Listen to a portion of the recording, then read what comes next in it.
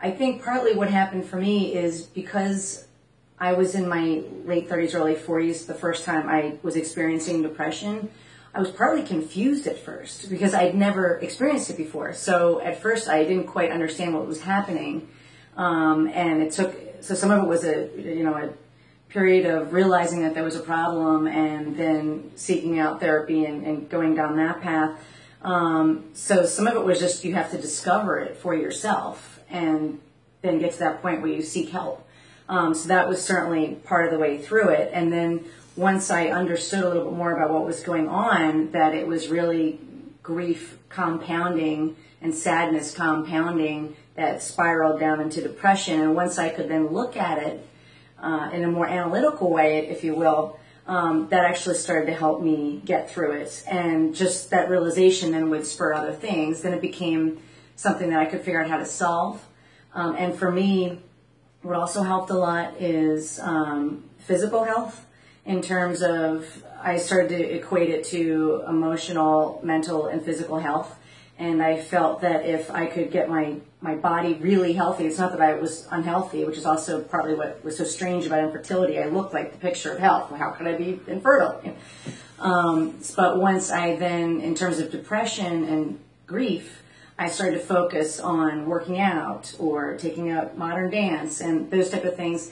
And the process of getting your body really strong and proving to yourself that your body can do something that you previously thought was impossible with your physical strength, that just goes into other areas of your life, which also includes your mind and your psyche and your mood, and so that was really a big breakthrough for me. And I just kept going from there. I guess that was very powerful. Yeah. I would add to that there is lots of science that says being physically active, getting exercise and so forth, changes your brain chemistry, changes your hormonal levels and so forth. And that this notion of, I feel so much better when I eat right or when I come back from the gym, there's actually science behind that, and it can become a virtuous cycle.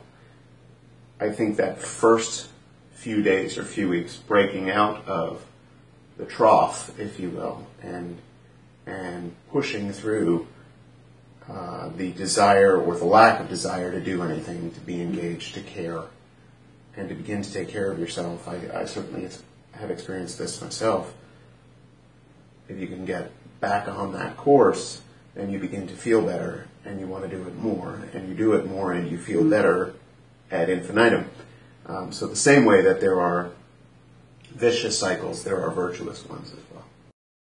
Another thing that I really learned is the whole concept of you have to take care of yourself and heal yourself first before you can then reach out and help others.